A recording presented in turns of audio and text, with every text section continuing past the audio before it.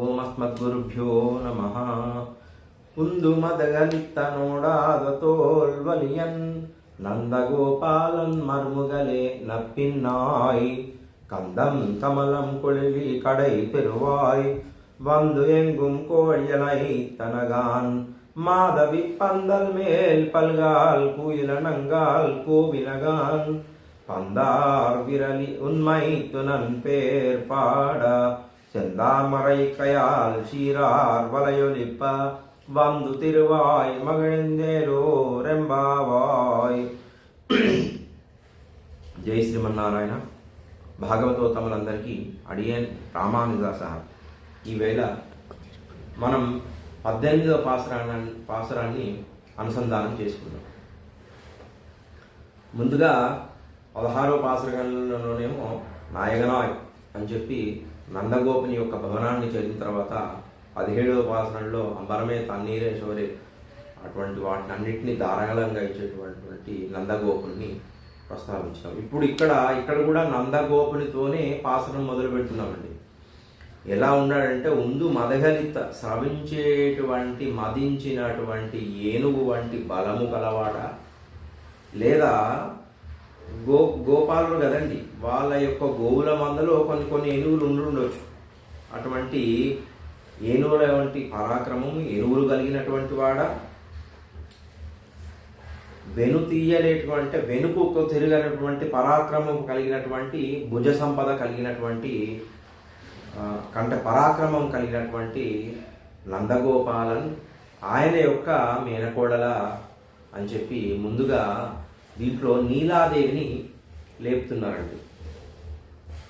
పరమపదంలో శ్రీమన్నారాయణమూర్తి శ్రీదేవి, భూదేవి, నీలాదేవి అందరితో కలిసి ఉంటారండి.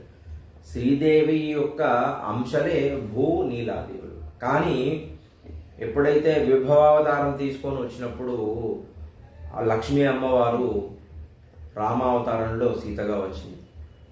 వరాహావతారం ఎత్తినప్పుడు భూదేవి వరాహస్వామితో పాటు వచ్చింది. అదే రకంగా కృష్ణావతారంలో నీలాదేవిగా వచ్చినట్టు మన ద్రవిడ వైష్ణవ సాంప్రదాయాలు విశ్వసిస్తాయి. రాధాకృష్ణ అని, రుక్మిణీ సత్యభామ అని వేరే రకంగా ఉన్న మన ద్రవిడ సాంప్రదాయం నీలమ్మ వారితో కృష్ణావతారంలో నీల అమ్మవారు వచ్చినట్టు మనం విశ్వసిస్తాం. ముందుగా ఈ నీలమ్మవారిని లేపాలి కదండి. పోయిన తర్వాత నీలమ్మవారిని లేపట్లేదు. ముందుగా నందగోపాలుని యొక్క కోడల, మీనకోడల అంటున్నారు. అంటే మనం ఇంతకుముందుకే అనుకున్నాం, నందగోపాలుడు అంటే సాక్షాత్తు ఆచార్య స్వరూపుడే కదా. అమ్మవారిని ఆశ్రయించే ముందుగా నందగోపాలుని అంటే ఆచార్యుడిని ఆశ్రయించి తద్వారా అమ్మవారిని ఆశ్రయించాలని చెప్పడం. అంటే ప్రతి పాసురంలో ఆచార్యుడి యొక్క ప్రాముఖ్యత అమ్మ వివరించుకుంటూ వస్తుంది. అంటే ఒక పాసురంలో కాకుండా ఇంకో పాసురంలో అయినా వీరి వైభవం అర్థమవుతుందని చెప్పి వారి యొక్క ఇంపార్టెన్స్ తెలపడం కోసం ఆచార్యుల వైభవం చెప్పి, ఆచార్యులకు వైభవం ఎలా చెప్పిందంటే మంచి స్రవించేటువంటి మత్త గజము కలిగినటువంటి బలం కలిగిన వాడ. అంటే ఏనుగు స్రవించడం అంటే ముందు దానికి బలం కలగడం, అది చాలా బలవంతం. అంటే ఏనుగు అంటే సాక్షాత్తు అంటే ఆచార్య స్వరూపంగా ఆచార్యుడు ఏం చేస్తాడండి, ముందు శాస్త్రాన్నంతటినీ అవలోకనం చేసుకొని దాన్ని స్రవించే గుణం, మళ్ళీ ఉదార్త స్వభావంతో దాన్ని బయట వారికి చెప్పగలగాలి. అలా స్రవించేటటువంటి ఏనుగు బలం కలిగినటువంటి వాడు. 16వ పాసరంలో నాయనాయ నిండ అంటే నందగోపాల్ని నాయకుడిగా చెప్పినాడు. 17వ పాసరంలో ఉదార స్వభావం, అన్నిటినీ వస్త్రాన్ని, నీరుని, ఆహారాన్ని అందించేటువంటి ఉదార స్వభావంగా చెప్పినాడు. ఇక్కడనేమో పరాక్రమం, నందగోపుని యొక్క పరాక్రమం అంటే ఆచార్య యొక్క పరాక్రమం చెప్తున్నారు. 3 పాసురాల్లో ఆచార్యుని యొక్క విశేషాలు చెప్పారు. అయితే ఏనుగుతోని పోల్చడం ఉద్దేశం ఏంటంటే, మనం కూడా చూస్తుంటాం కండి, తిరుమల వెళ్ళినప్పుడు, శ్రీరంగం వెళ్ళినప్పుడు మనకు ఏనుగు ముందట దర్శనం ఇస్తుంది.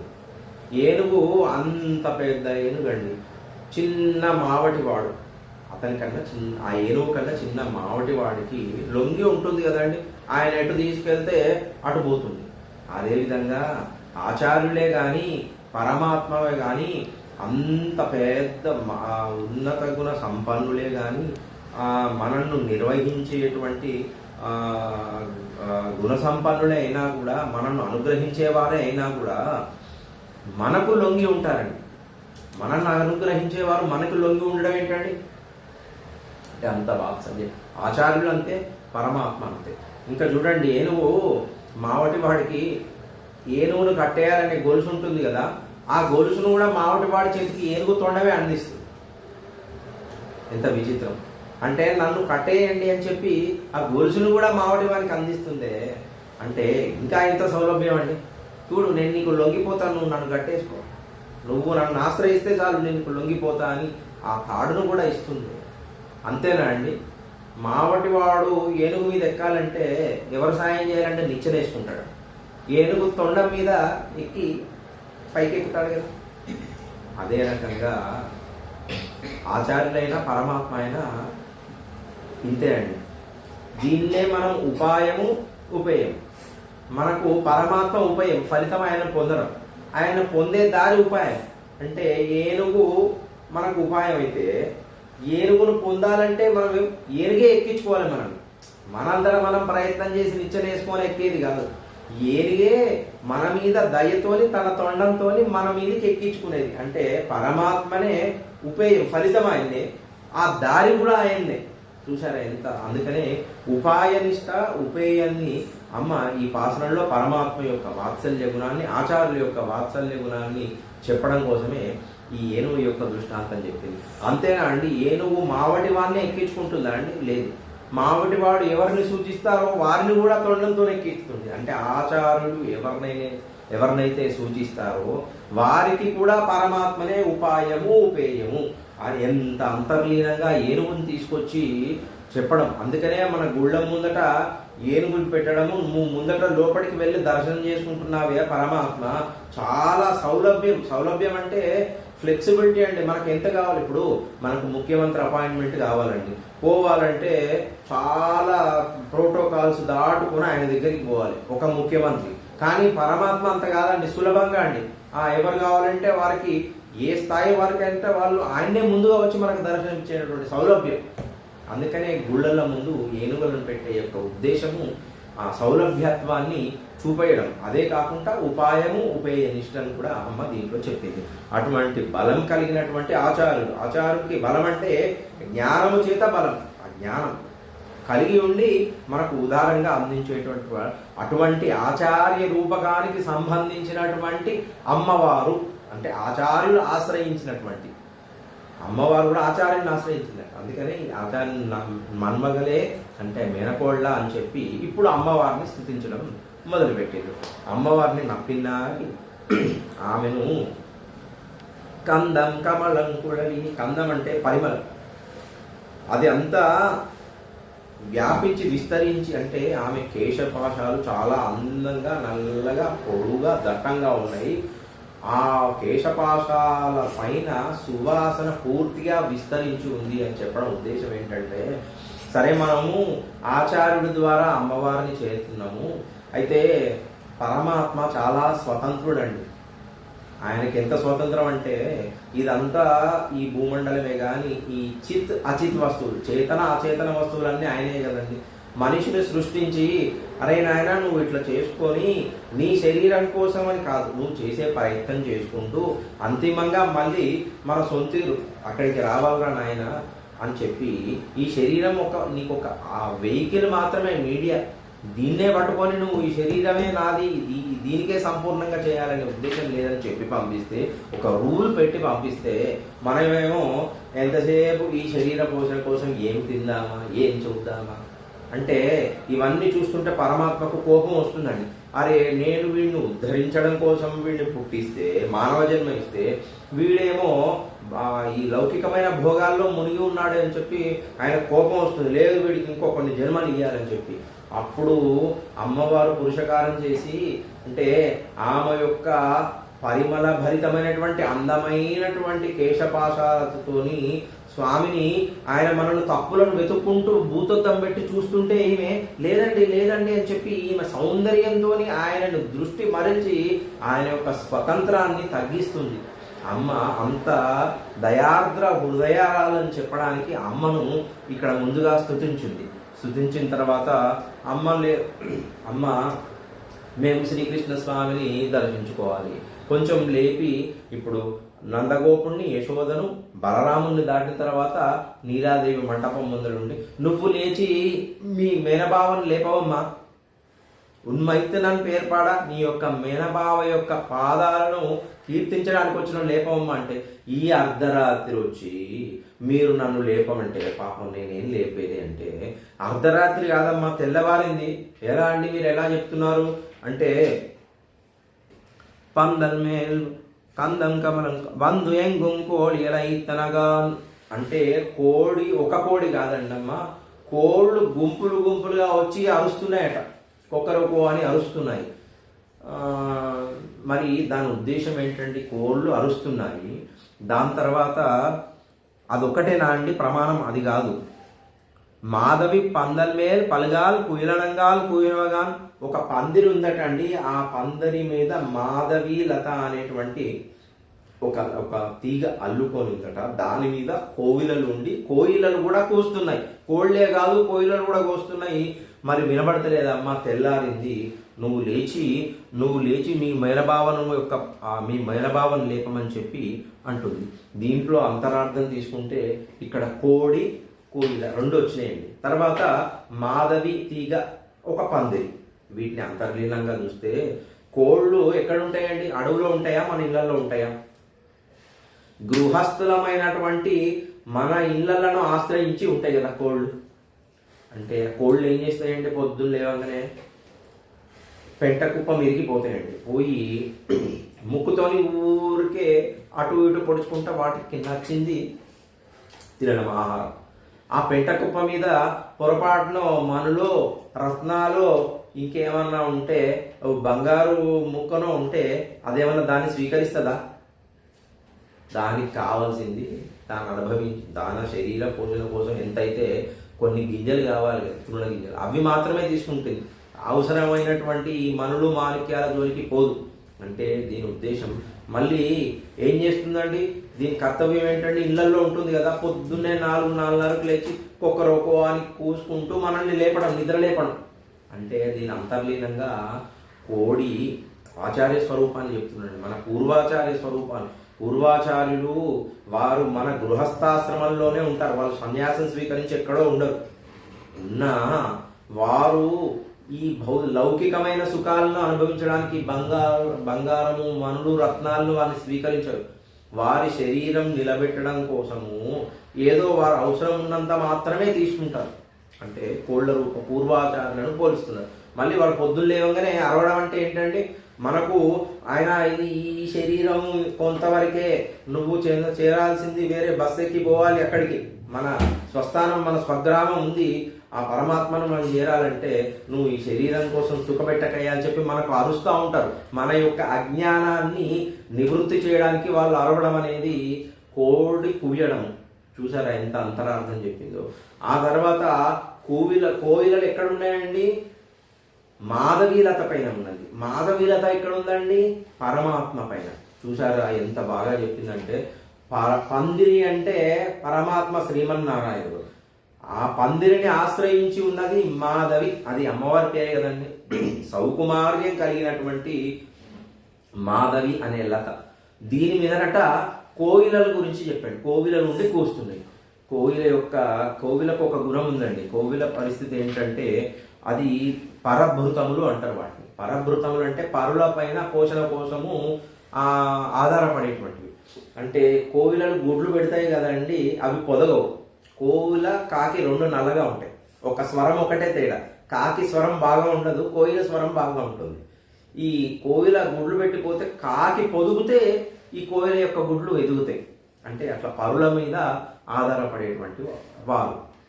వీరిని మన ఆ కోళ్ళనేమో పూర్వాచార్యులు చెప్పారు, వీరిని ఆల్వార్లు ఎంత పరమనిష్ట అంటే, పరమాత్మ వారు ఉన్న చోటనే పరమాత్మనే వచ్చి వారిని అనుగ్రహించాలే గాని, మేమంతటా ప్రయత్నం చేసే పరమాత్మ మాకు నిన్ను చేరే మార్గం చూపించు అని ఏమాత్రం ప్రయత్నం లేరటండి.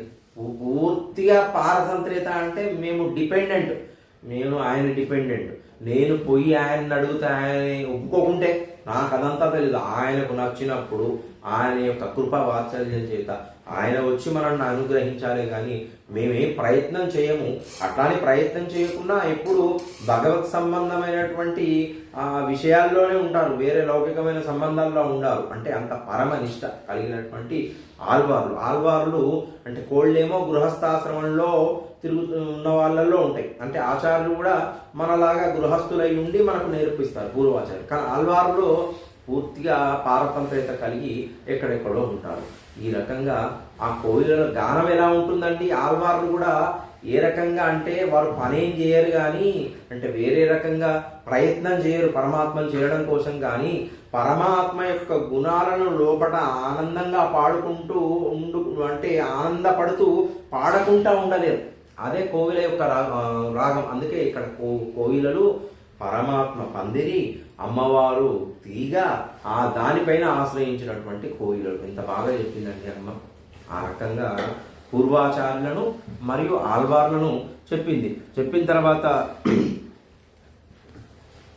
అమ్మవారు ఇప్పుడు అమ్మ కోయిలలు కూస్తున్నాయి, గుంపులుగా కోళ్ళు కూస్తున్నాయి, లేవాలి కదమ్మా అని చెప్పిన దగ్గర కూడా ఆమె ఉలకట్లుంటే వీళ్ళు ఏం చేశారంటే ఒక దర్వాజకు చిన్న హోల్ ఉంది, రంధ్రం. ఆ రంధ్రం నుంచి చూస్తున్నారు. చూసేసరికి ఆమె ఒక చేతిలోనేమో ఒక బంతిని పట్టుకొని ఉంది గోళం, ఇంకొక చేతినేమో శ్రీకృష్ణ పరమాత్మ యొక్క చేతిని పట్టుకొని ఉంది. అంటే ఇక్కడ పందార్ విరలి ఉన్మైత్రన్ పేరు పాడ పందార్ విరలి. ఏ రకంగా అయితే ఒక చేత ఈ బంతి అంటే గోళము, ఇదంతా ప్రకృతి. ఈ ప్రకృతి చేతనము అచేతనము అంటే అన్నీ కలిసి ఉన్నాయండి. ఇక్కడ ఓం నమో నారాయణాయ అనే చెప్పడం ఎట్లా అంటే చూడండి, ఈ నారములు అంటే చేతనములు అచేతనములు, అంటే తెలివి ఉన్నవి, ప్రాణం ఉన్నవి, ప్రాణం లేనివి, అటువంటివన్నీ వీటికి ఆధారమైనటువంటి వాడు నారాయణుడు. ఇక్కడ నారాయణుడు, ఇక్కడ అచేతనమైనటువంటి వస్తువులు, వీటిని మోసేవాడు ఈయన. వీటి రెండింటిని కలపకుండా ఉండేది. మనం ఓంకారం తీసుకుంటే అకారము, ఉకారము, మకారం. అకారం అంటే పరమాత్మ, మకారం అంటే మనం అచితమైనటువంటి ఈ ప్రకృతి. ఈ రెండింటిని కలిపేది ఉకారం, అమ్మవారు. అంటే అకారము, ఉకారం నీలాదేవి అమ్మవారు, ఈ మకారం అనేటువంటి ఈ గోళము అంటే అమ్మ అంతరార్థంగా ఓంకార స్వరూపాన్ని, తదనుగుణంగా తిరుమంత్రాన్ని యొక్క అర్థాన్ని, అష్టాక్షరి మంత్రాన్ని మనకు దీంట్లో చెప్పింది. అటువంటి మంచి బంతిని పట్టుకొని పండుకున్నదానా నీ మేనబావను లేపవమ్మ, సంతోషంతో లేప అని చెప్పి లేపడం కోసం ఆమె ఏదో అక్కడున్న ఏదో కట్ట తీసుకొని గడియ తీసి లేపుతావేమో, అట్లా కాదు. నువ్వు నీ అందమైనటువంటి ఎర్ర తామరలాగా ఎర్రబడేటువంటి చేతులు, ఆ చేతులకు గాజులు ఉన్నాయంట, అందమైన చేతులతోని ఆ గాజులు ప్రకాశిస్తున్నాయంట, మంచి వెలుతురుతో ఉన్నాయి. గలగలమని శబ్దం వచ్చుకుంటూ వచ్చి నువ్వు సంతోషంగా వచ్చి తలుపుది. వీళ్ళెవరో డిస్టర్బ్ చేయడానికి వచ్చిందన్నట్టు కాదు, నువ్వు పురుషకారం చేయాలి కదా. అయ్యో వీరి దోషాన్ని నేను క్షమించి వీరిని నేను ఆదరించి పరమాత్మ దగ్గరికి వీరిని చేర్చాలి కదా అన్నటువంటి ఆర్తితో నువ్వు వచ్చి తలుపు తీయమ్మా అని చెప్తున్నారు. దీంట్లో వాళ్ళు అమ్మను ఎంతగా ఈ పాత్రం మొత్తం నీలాదేవిని ఆచార్యులను పొగడం, తర్వాత నీలాదేవిని పొగుడుతుంటూ ఆశ్రయించడం. అమ్మ నీ చెయ్యి ఎర్రగా, ఎందుకంటే మోసి కుడి చేయితోని ఎంతసేపు సంసారాన్ని అంటే చేసినప్పుడు ఈ జీవుల యొక్క పాపాలన్నింటినీ ప్రక్షాళన చేసుకుంటూ నీ చెయ్యి ఎర్రగా పడింది. వాటికట గాజులు ప్రకాశిస్తూ ఉన్నాయి. ఆ ప్రకాశించేటువంటి గాజులు ఆమె నడిచి వస్తుంటే గలగలమని శబ్దం వస్తున్నాయి. దీనివల్ల అమ్మ మళ్ళీ ఆమె కేశపాశంలేమో మంచి వాసనతో ఉన్నాయి. నిన్ను చూస్తే మాకు కళ్ళతోని చూడడం వల్ల, నా కళ్ళు నీ ప్రకాశించేటువంటి గాజులు నీ స్వరూపాన్ని చూడడం వల్ల మా కంటి యొక్క ఉపవాసం పోతుంది. అదే రకంగా నీ యొక్క కేశపాశాల నుంచి పరిమళం వల్ల మా ముక్కు యొక్క ఉపవాసం పోతుంది. నీ గాజులు గలగలమన శబ్దం చేస్తున్నాయి కదా, ఆ శబ్దం వల్ల మా చెవుల యొక్క ఉపవాసం పోతుంది. ఆ రకం నువ్వు వచ్చి ఈ తలుపులు తీస్తావు కదమ్మా, ఆ తలుపులు తీసేటప్పుడు ఆ తలుపులే మా శరీరం. నీ తలుపులు ఎప్పుడైతే ఆ చేతి నీ ఆ తలుపులను తాకినాయో, అంటే మా శరీరం లాంటి తలుపులను తాకినాయో, అప్పుడు మా శరీరానికి ఈ జ్ఞానేంద్రియాలకు సంబంధించినటువంటి తాపములన్నీ నశించి, ఇంతకుముందుకే కర్మేంద్రియాలు అయిపోయినాయి, మెల్లమెల్లగా ఫిల్టర్ చేసుకుంటూ మనం పరమాత్మ దగ్గరికి పోవడానికి మన జ్ఞానేంద్రియాలన్నీ తృప్తిపడి అమ్మ యొక్క స్పర్శ వల్ల, అమ్మ యొక్క రూపం వల్ల, అమ్మ యొక్క గుణగుణాదుల వల్ల మన యొక్క ఆర్తి మన యొక్క తాపములన్నీ చల్లారబడి అప్పుడు మనము పరమాత్మను చేరుదామని చెప్పి అని అమ్మవారిని వేడుకుంటే అమ్మ సంతోషంగా వచ్చి ఈ పాసరాన్ని తీస్తుందట, ఈ తలుపుని తీస్తుందట. ఈ పాసరాన్ని భగవద్ రామానుజాచార్య స్వామి వారిని తిరుప్పావై జీయర్ అంటారు. ఈ మొత్తము ఈ పాసురాలన్నింటినీ రోజు అనుసంధానం చేసుకునేటువంటి వారట భగవద్ రామానుజు.